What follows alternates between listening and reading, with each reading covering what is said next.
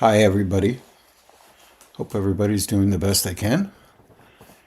I have a few questions here. I've been a little under the weather, so we'll do what I can and see how that works out. This one is a last question from Michel Moussel.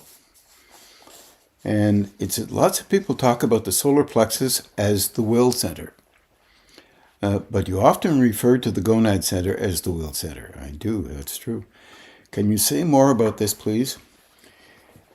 One of the things I can say about both the root center, the gonad center, the solar plexus is, and it's a key thing. These three centers are pivotal in relationship to how the personality actually not only functions at this level, but is able to move into a state where it can function on a pseudo-level, pseudo-spiritual level, more focused on the personality, and then into another level beyond that relates truly to an engagement with a deep relationship with movement towards functioning, helping to function upper centers and blending with the upper and the lower centers. And that sounds so weird sometimes. But anyway, I'm still focusing on this question. But the gonad center is actually, from my point of view, a center that connects with the root center and the solar plexus, both. However, it has a very strong alignment or alliance with propagation, as you all know, but it's the will to maintain a species relative to how the species is and has been. And this is pretty strong stuff if you really think about those words. But we tend to use all of these centers in conjunction with each other, depending on what our focus is and where our focus is. So if you want to get a job done, you intensify. And many students who have spent a lot of time studying at night when based on an exam or something they have to get done, will notice that emotional will, that's often called solar plexus, is focused on the gonad center and the root center, because the intensity is to survive the thing that it needs to survive. And it stimulates the gonad center very much in the physical body and the emotional body.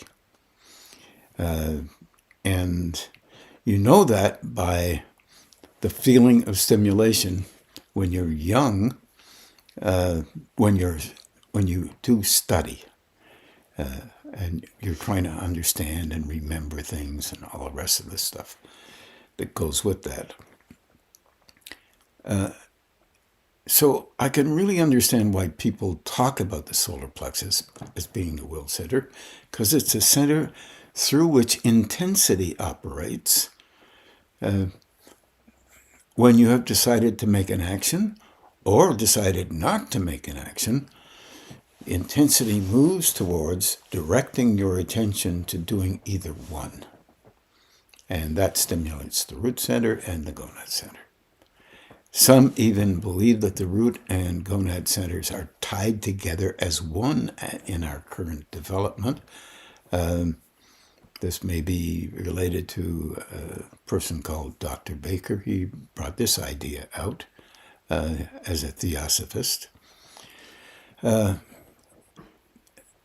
But when the will is really functioning really strongly and you're working with it, you can't help but notice the emotion that's involved with it, or the flow of intensity necessary to move towards doing something and to maintain that doing.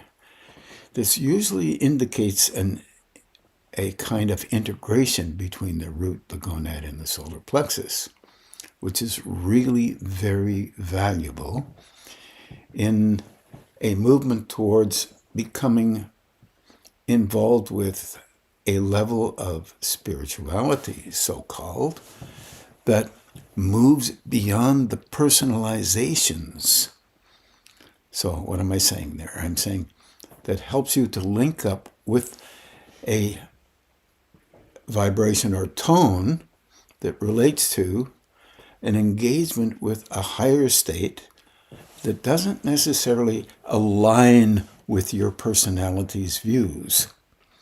It aligns with an attempt to help the personality's views to move towards an understanding that's broader than the personality is willing to believe it needs to be and or needs to think or needs to feel, because it's the personality itself is constructed through the intense engagement with these three centers to get to the point where it believes that everything it comes up with has great value. This is the nature of these planes, and it's not a negative thing, it's just how everyone functions.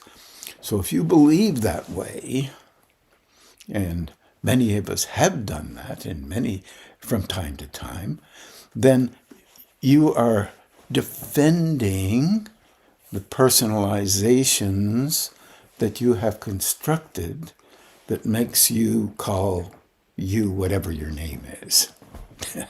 and you value those underpinnings of a personality that is not negative, but a feature of how you constructed a system that is valuable in your own eyes. It's an act of loving. You love you as you believe you need to be. That includes reactions, defenses, wondrously positive stuff, not so positive stuff. Doesn't matter what it is. It just, you are in love with that form because it's been constructed that way. It's a creation of yours, and that includes mimicking other people, your parents or anybody, but you've created it in you for the use by you, and you value it as if it were the most valuable thing. This is the nature of what we do on these planes. So when you're talking about survival of your own personalization, it implies a kind of functional system relating to the root center. It's on these levels. When you're talking about a will to do something and you know the will is exactly right, whatever comes out of your mouth, that's the gonad center's relationship with an emotional part in it. In other words, seems to be related to the solar plexus. And it's energetically engaged with both of those other systems. So the three are attempting to integrate for a purpose that relates directly to what you believe that you should be to maintain the way you think you should be. And higher states come in to try and blend with that so it can stretch you beyond the restricted way of habitation, your normal way of expressing yourself, so that you can begin to be aware of it and bring in an awareness that goes beyond the personalization. One could say that the three lower centers stimulate activity in all of the upper ones. Then you could say the lower system is still in charge, even though the upper ones are functioning, until the upper centers, whatever they may be, which one begins to open for you a little bit more. The upper centers, often it's the brow, that because of the nature of how our history has been, more studying, more attempts to value our own ideas versus others, this kind of thing. Competition does that as well, but it opens the brow center until it begins to link and open past the energy capacity that the three lower systems can send up. And it becomes a major system then, slowly, and it begins to operate kind of with, but independent from, the originating belief systems and functional systems that have enabled you to be okay here on these planes. This is an area where hardly any information has been talked about, but some have tried, and it is usually mixed, or often mixed, with a relationship with the personalization, or personality, we call it, and is pressured by the personality to include the personality as an important form because it is still in charge. The love for the personality is more valued than love for a higher state. Higher state only becomes an implement for verbalization. This is a big, big issue in the world of spirituality, so-called, or higher state engagement. Our dilemma is that we do not have a very good grasp of what higher state really means, because our experience with it is more or less related directly to how we function and how we assess others' functioning, and how we define that resume of a personality that we are engaged with and we call being on a higher state. It's interesting. That's where we are, and that's where we will remain for a while, because we can't get past our own personal created persona systems. And even after saying that, our own personal persona systems have been very important for us in getting to any point in our development, because they are systems and they're energetically created, quite physically and emotionally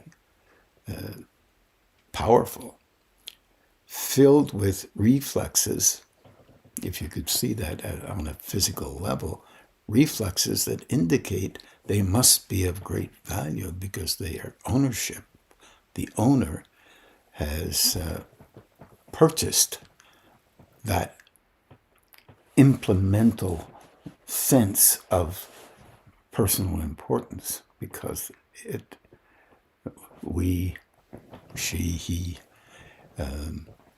have been trained on these planes primarily. And this personality system is a beginning form, and it's a key form. It's a cornerstone form.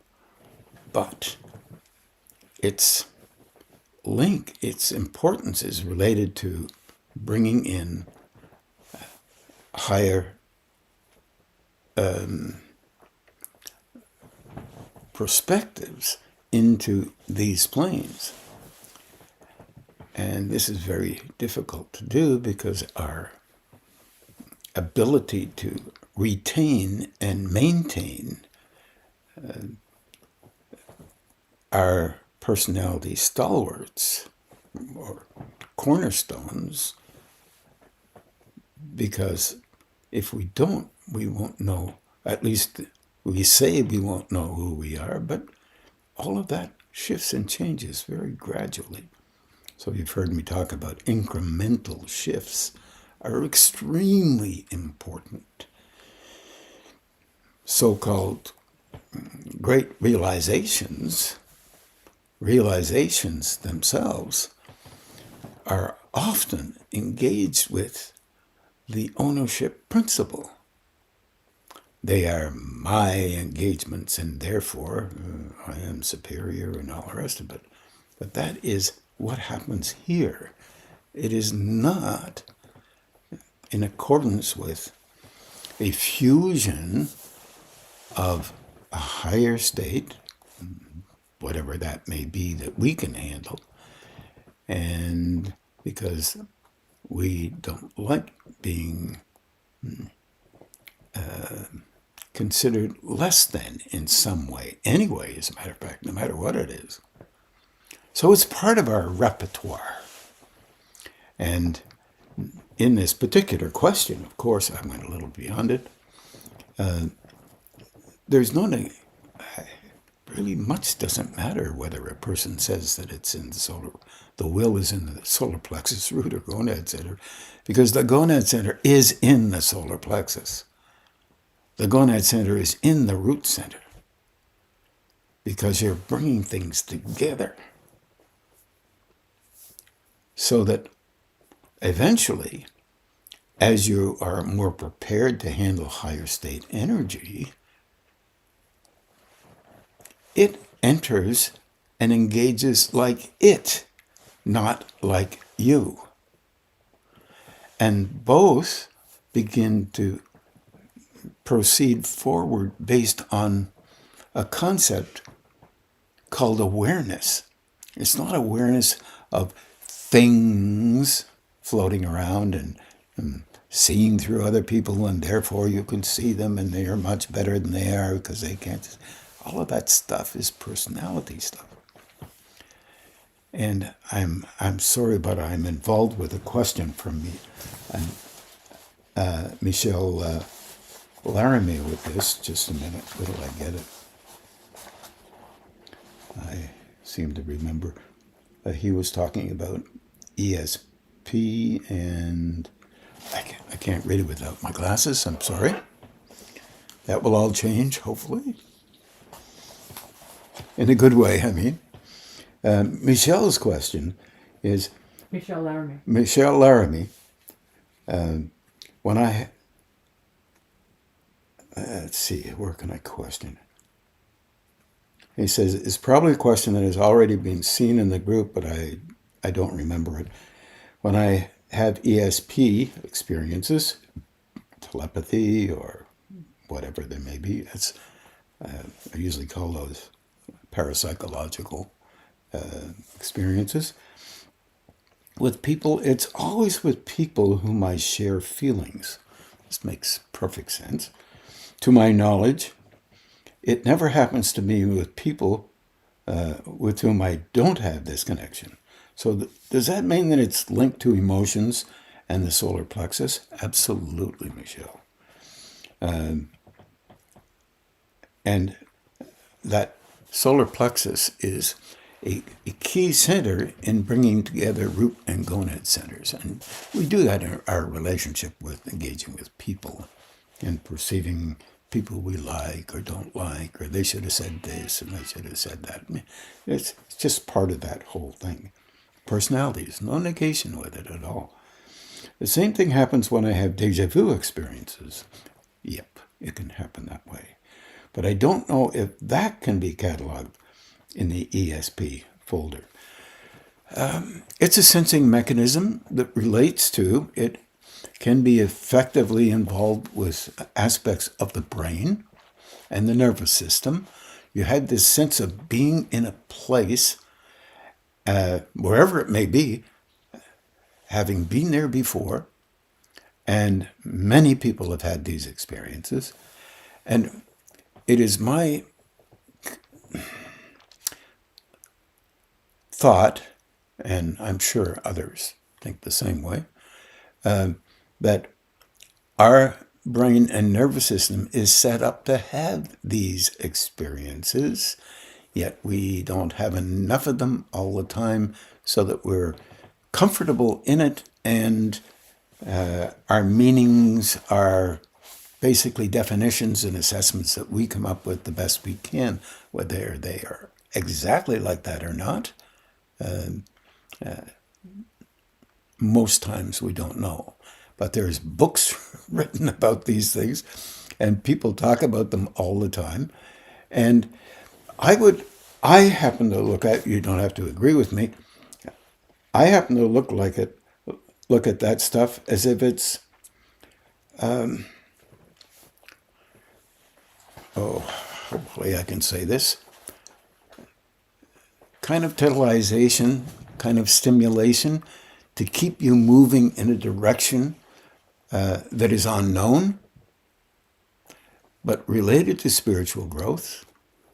And eventually you look at those things and you just see them as an aspect of somehow the root gonad or the lower system can have all these experiences, and it can make them feel as if they're making progress and can continue forward in a particular so-called spiritual direction.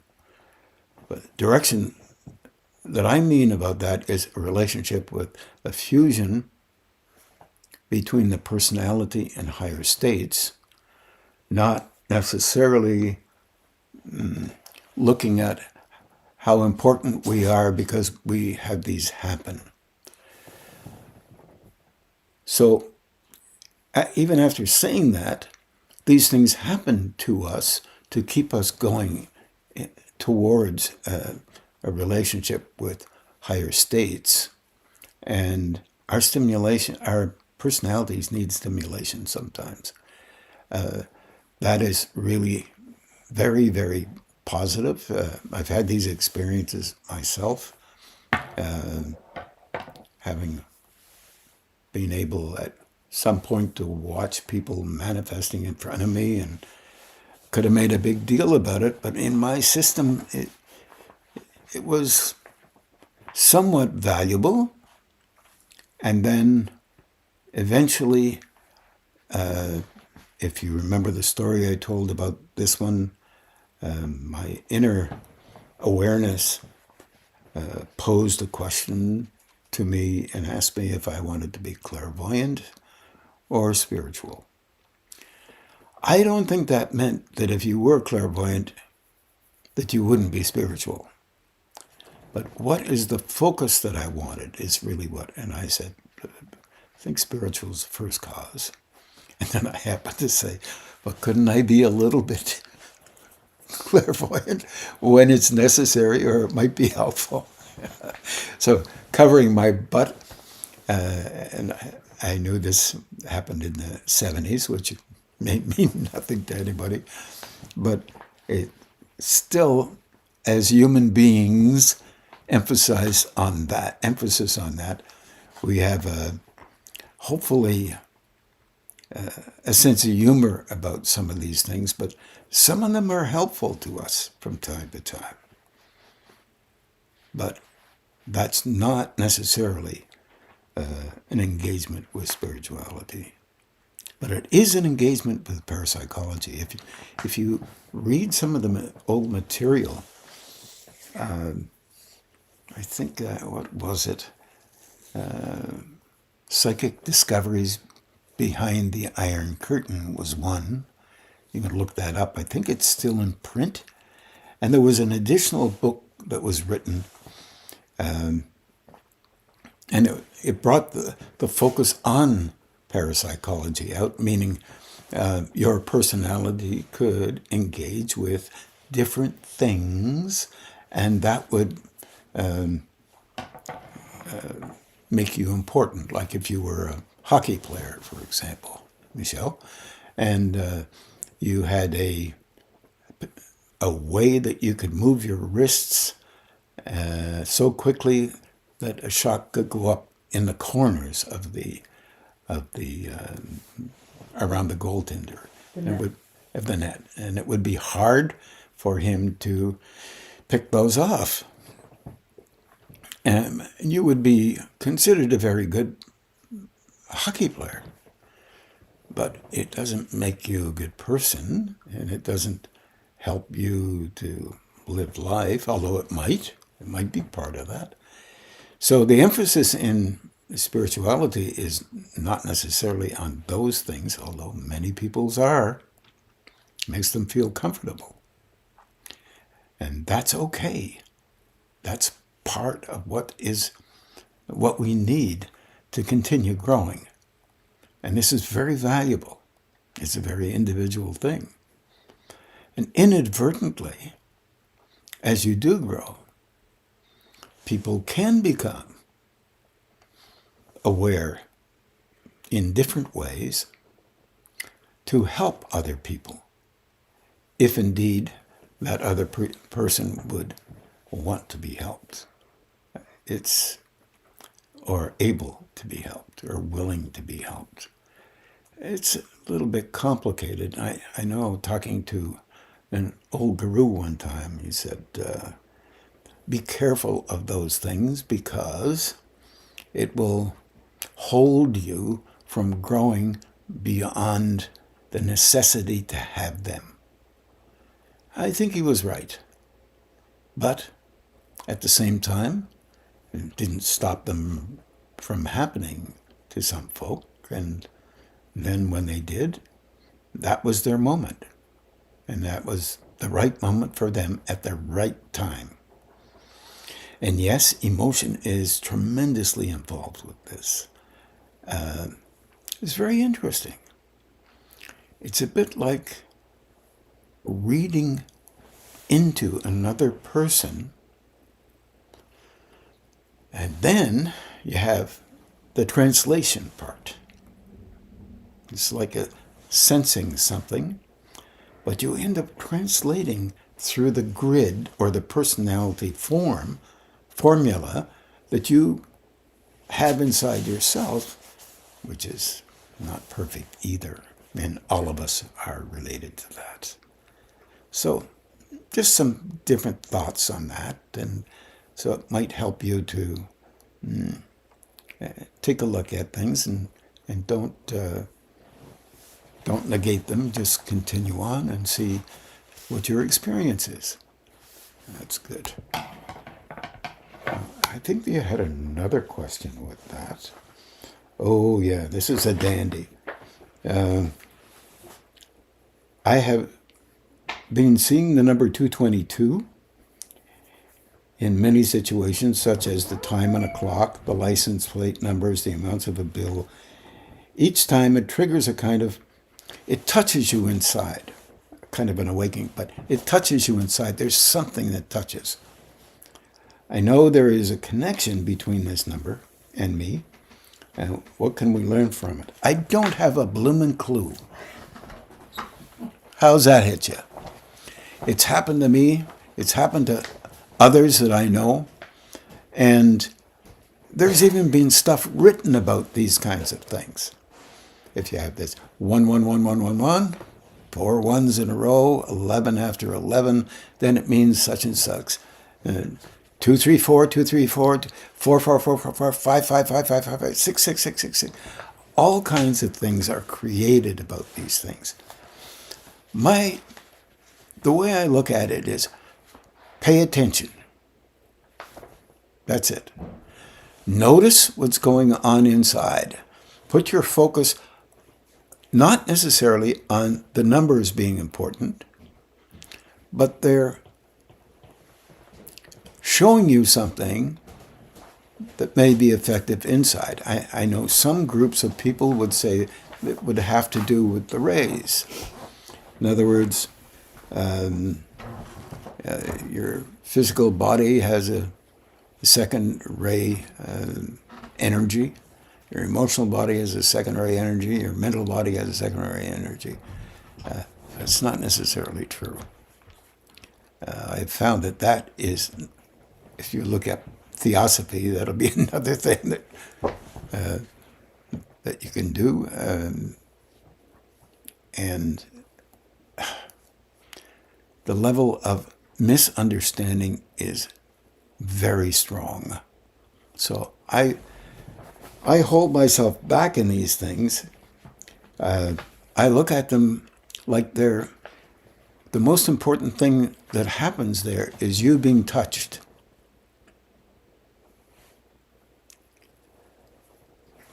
By something that relates to a kind of language, meaning not good, bad, right or wrong, anything like that, or any language we know, but it's a stimulation. When you see something like that, you notice the effect.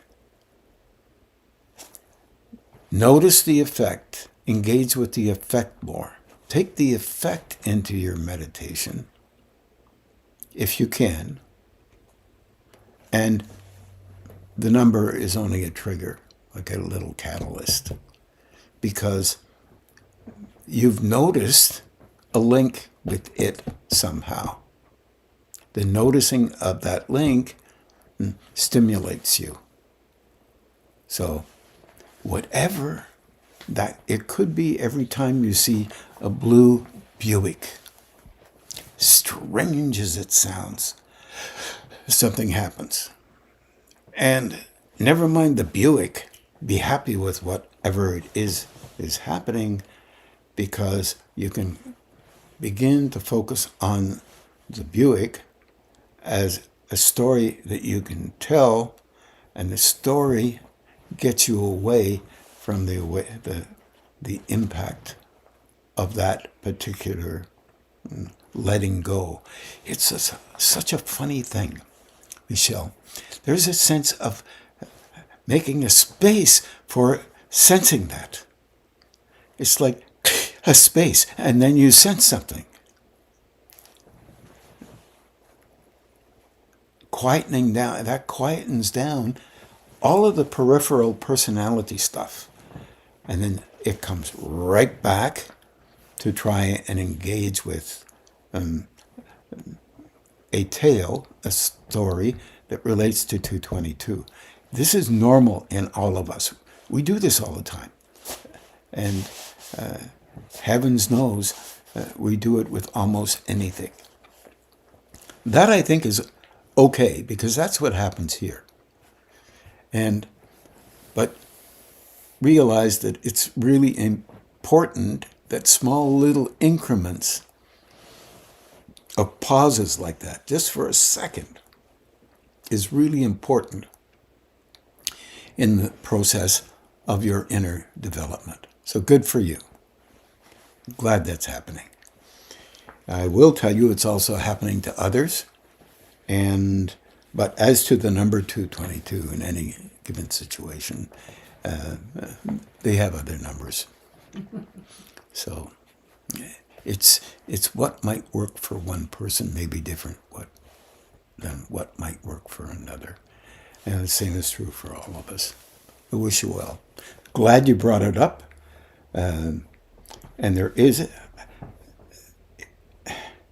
you say, I know there is a connection between this number and me, and that connection is related to your emotional system, because that's the kingpin of our personalizations here on these planes. There, as you probably know and probably have read, there is a spot roughly about 3/4 of an inch to an inch underneath the navel, sometimes with others just a little bit farther down, where it is said that that is a link point, one of the link points of root, gonad, and solar plexus.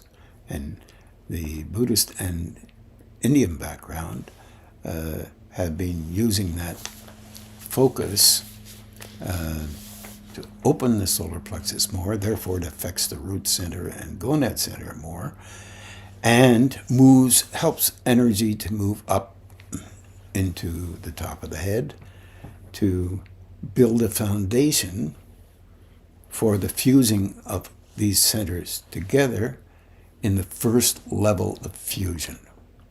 And many folks have come back into these planes because they have had this fusion before at that first level, and they're working to open the fusion more. So consider that.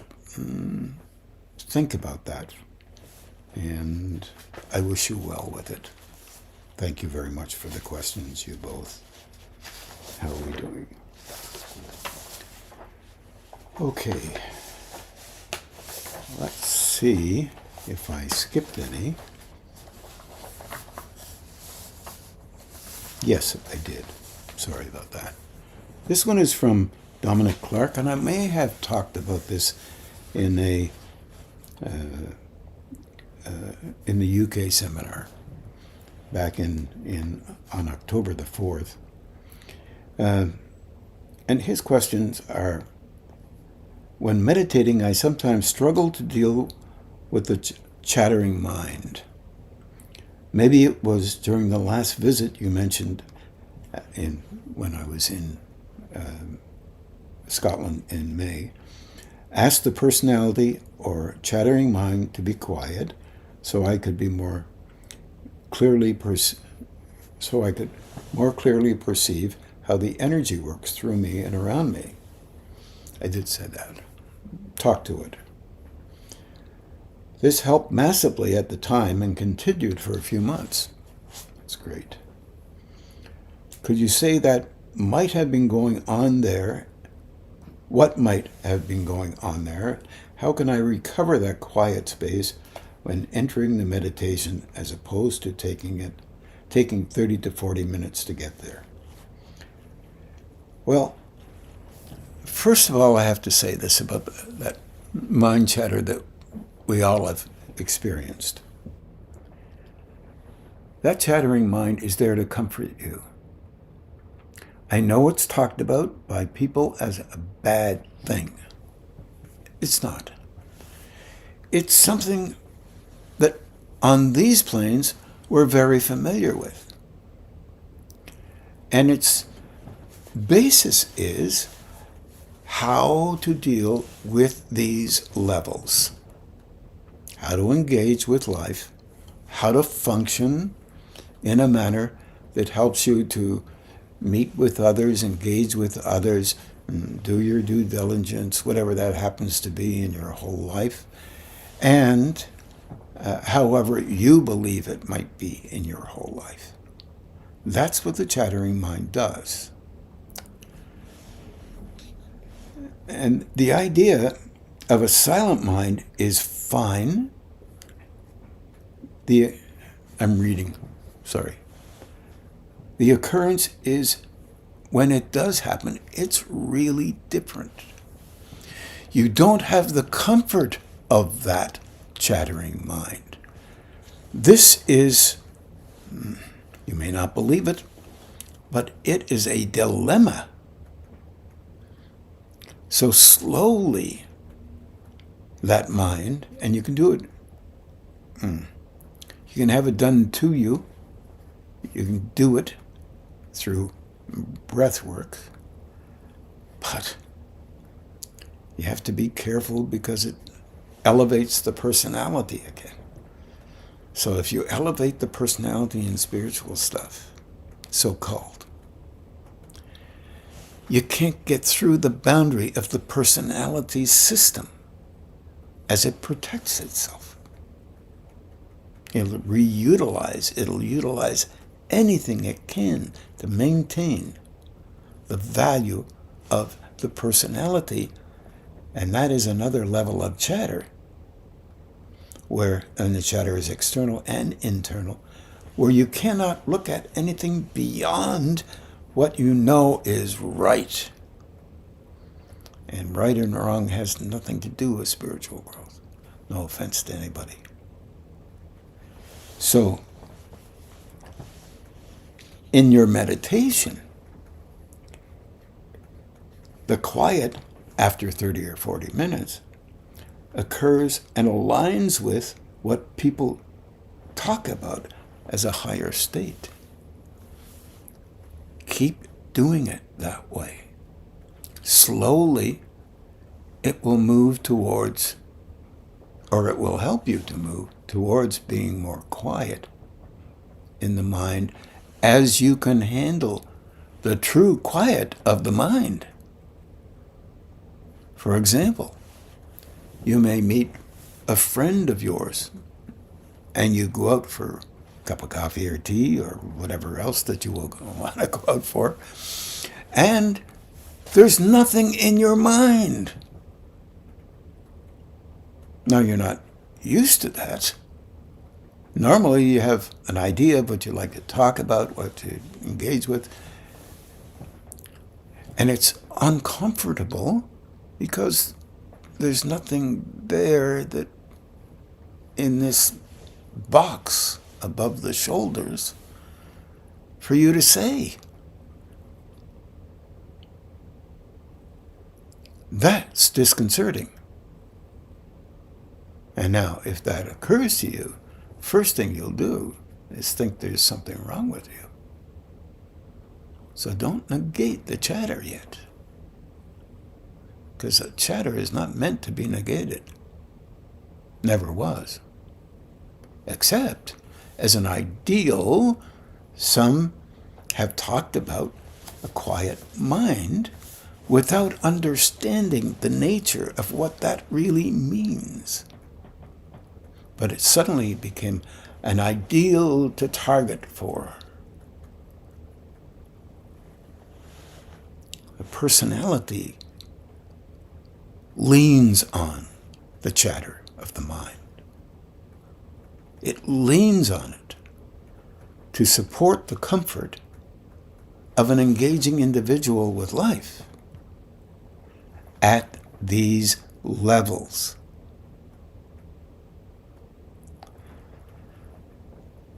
So, take the pressure off. Engage with some of the things that you've been engaging with, because obviously it started for you. Even after 30 or 40 minutes, it's quiet, but take your time. Go slowly with this. You have to learn to be okay with it. This is not a verbalization thing. This is not something that you chat about and you tell everybody you have time, unless you're a teacher and you want to try and help people to understand something different. But what you're really trying to do is be involved with handling a system that is different consciously than what you're used to. Those higher states are in us, but you're not used to knowing them. So that's what I'm talking about. So be happy about that business. And if you have some time that you can extend your meditations when you're quiet, you'll have an impulse to not want to. Because you can handle a little bit, but you don't want to. You don't want to annihilate an engagement with the root gonad and solar plexus by thinking that your personality is not really spiritualizing unless you have a quiet mind. This is a very complex thing. And from what I understand and hear from many folks who talk about these kinds of things when they don't have them, is that it's a key thing. That often, why it's a key thing is you begin to be able to watch, and this is something that you can really do, watch how you function and call it your personality. See how you do things with honesty and sincerity. You don't have to tell anybody about this one. You're not meant to talk about that stuff. You're meant to talk about it with yourself. And you'll slowly begin to notice when you're engaging with life that something can occur in your mind or in your body that is not you, as you know you. As you know you.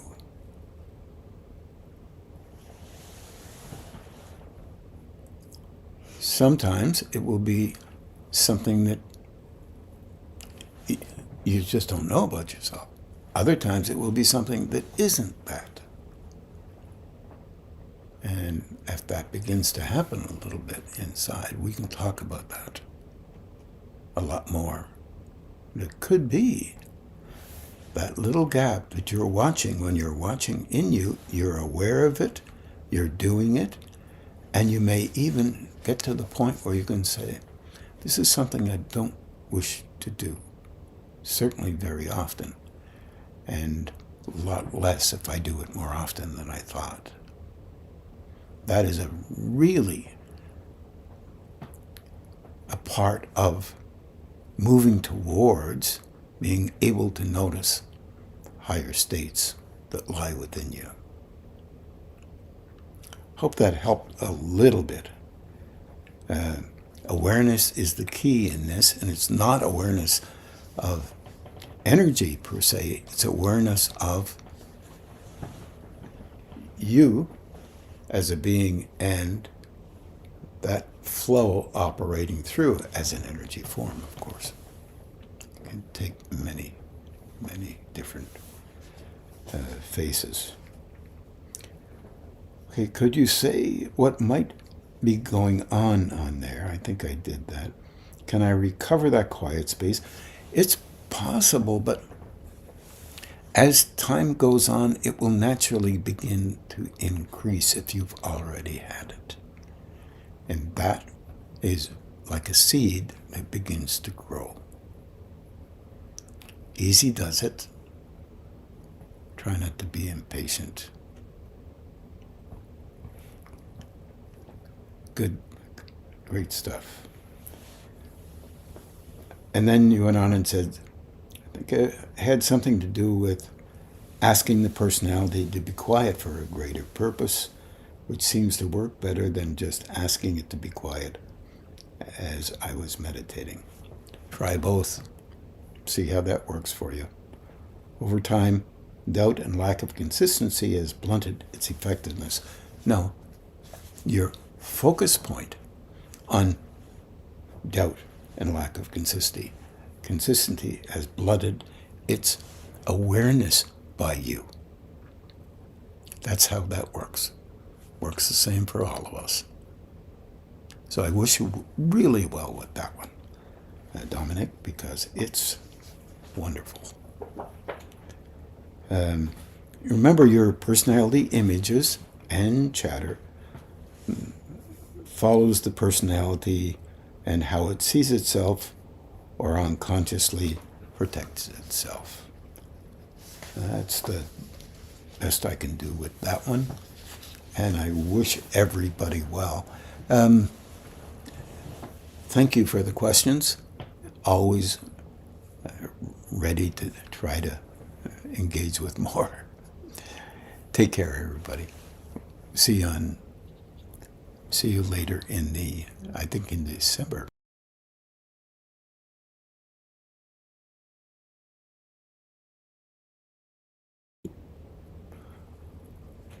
Oh.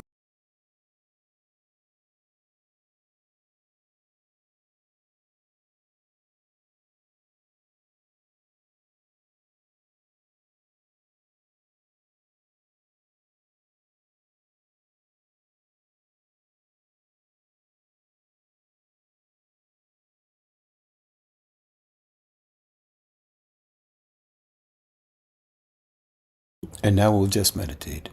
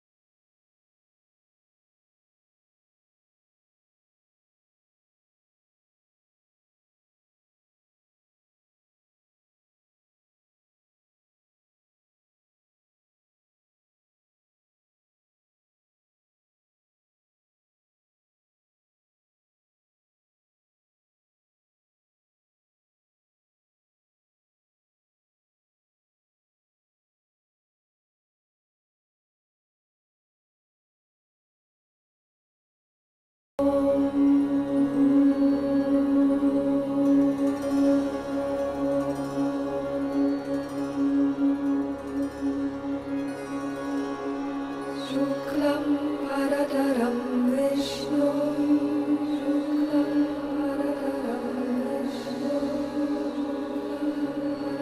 Shashivarnam Chaturbhujam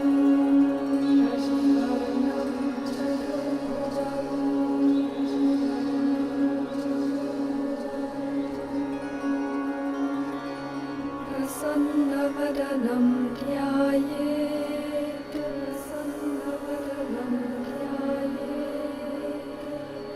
Sarva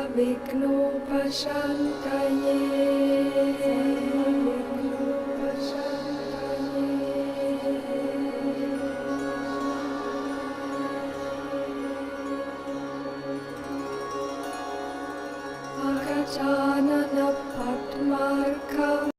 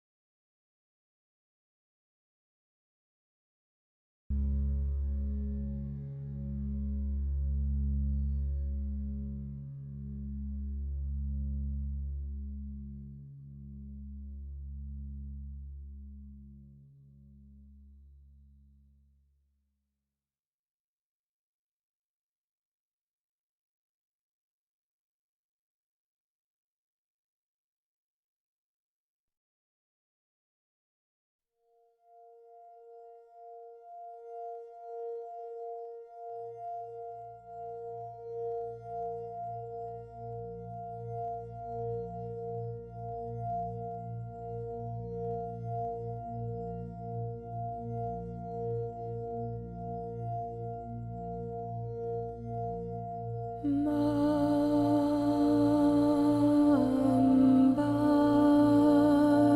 Lalita Devi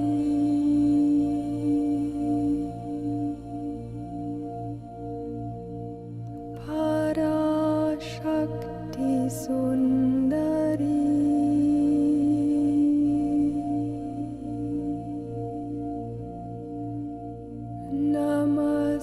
Namastasye, Namastasye, Namastasye, Namo Namaha.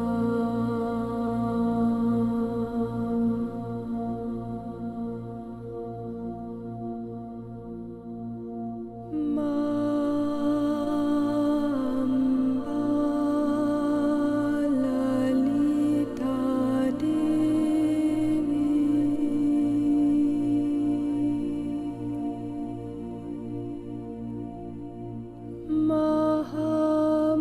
Mahamaye Mangale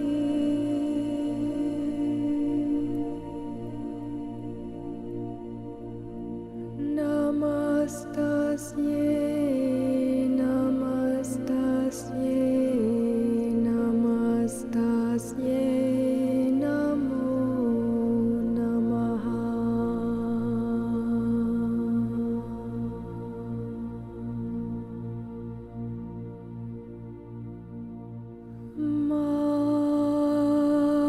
Mamba Lalita Devi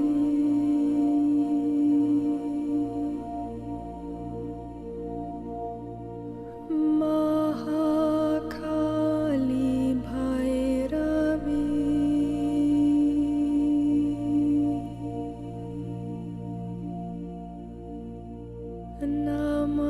Namastasye, Namastasye, Namastasye, Namo Namaha.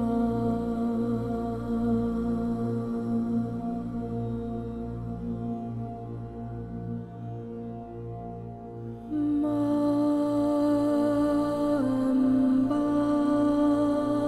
Lalita Devi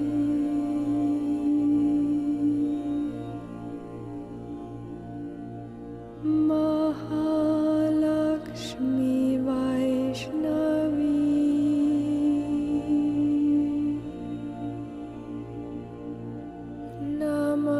Namastasye, Namastasye, Namastasye, Namo Namaha.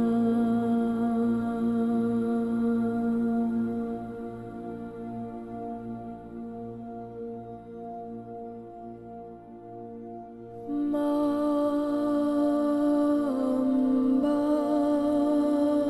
Lalita Devi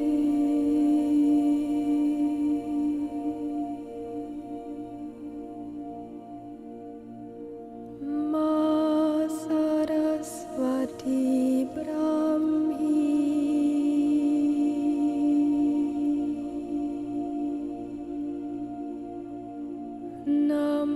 Namastasye, Namastasye, Namastasye, Namo Namaha.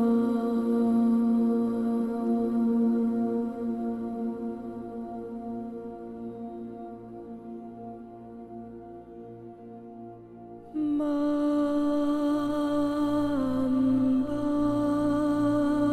Lalita Devi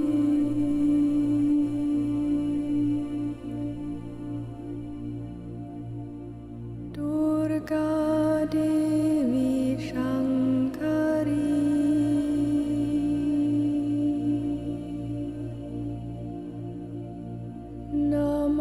Namastasye, Namastasye, Namastasye, Namo Namaha.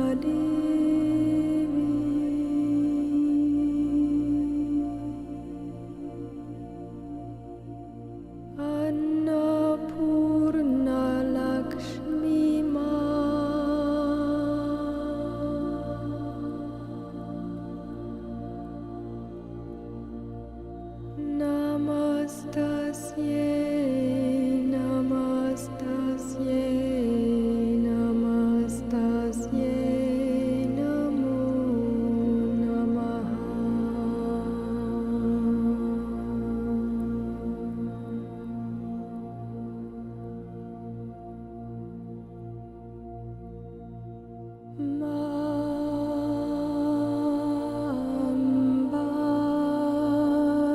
Lalita Devi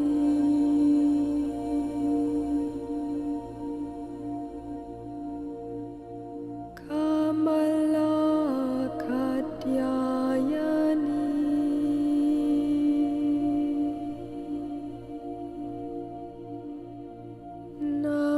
Namastasye Namastasye Namastasye Namo Namaha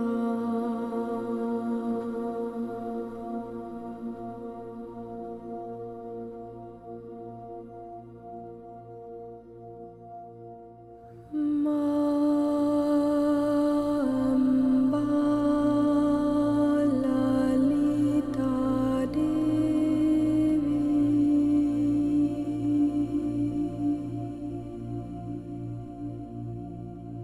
Tvam Brahmani Gayatri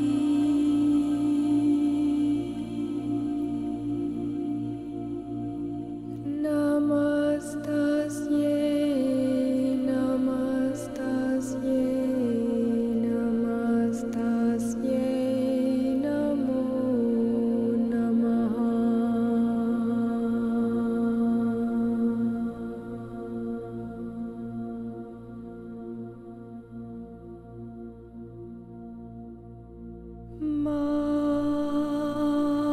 Amba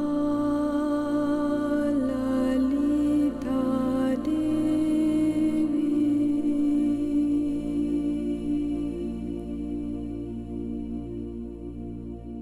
Tvam Tripura Sundari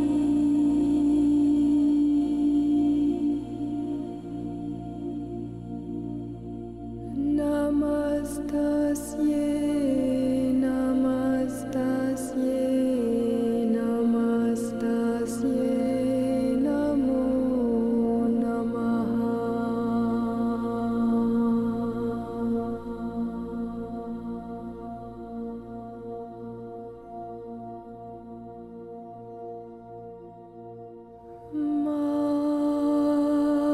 Amba Lalita Devi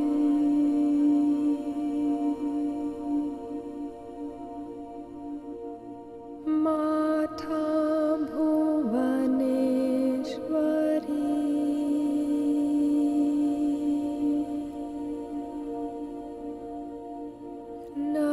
Namastasye Namastasye Namastasye Namo Namaha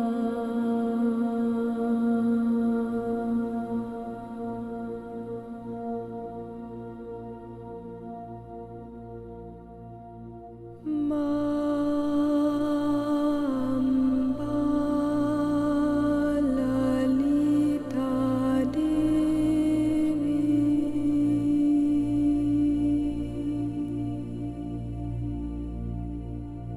Tvam Raja Rajeshwari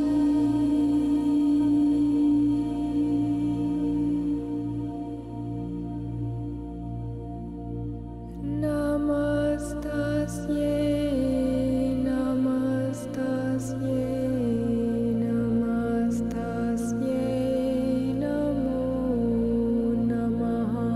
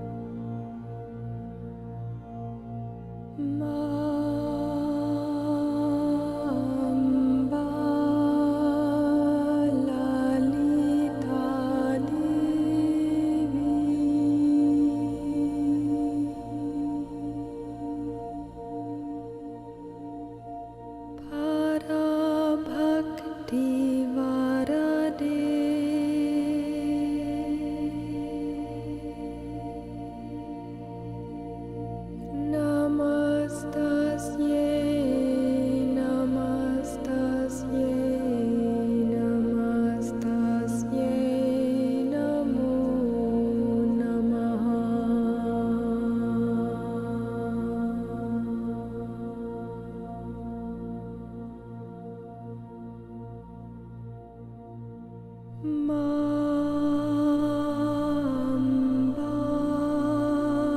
Lalita Devi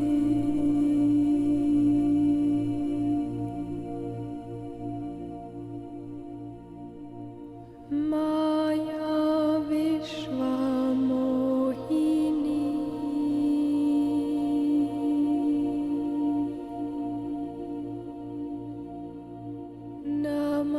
Namastasye, Namastasye, Namastasye, Namo Namaha.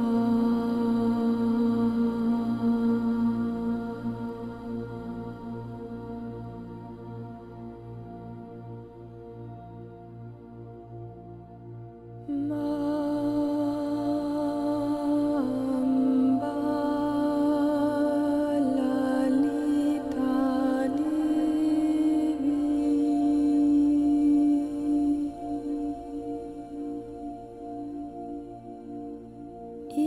Ishwari Narayani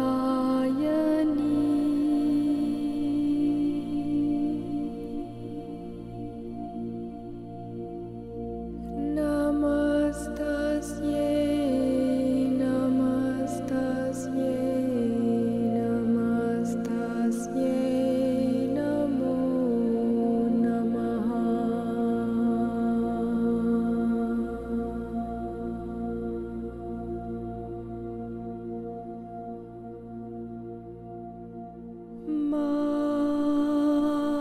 Mamba Lalita Devi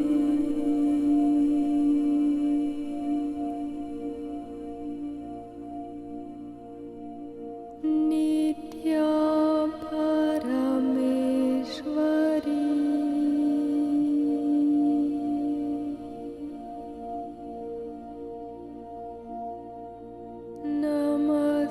Namastasye, Namastasye, Namastasye, Namo Namaha.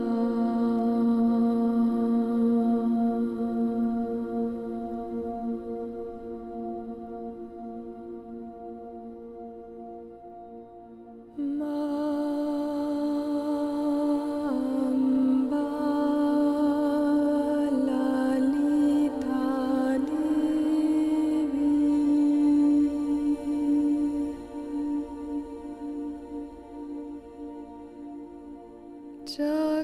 Jagadambe Janani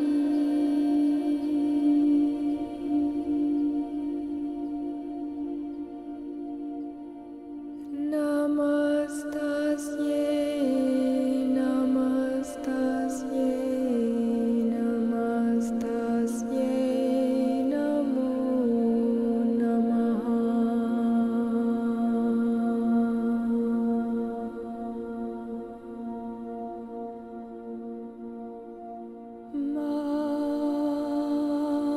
Mamba Lalita Devi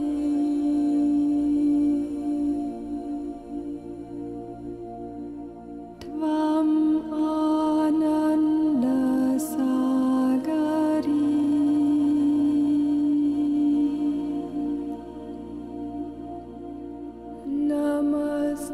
Namastasye, Namastasye, Namastasye, Namo Namaha.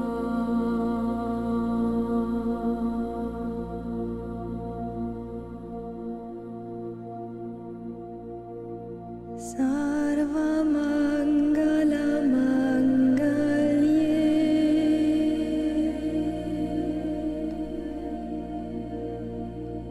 Shive Sarvartha-sadhike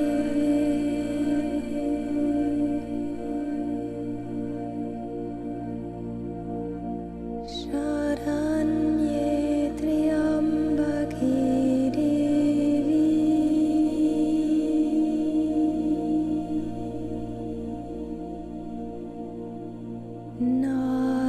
Narayani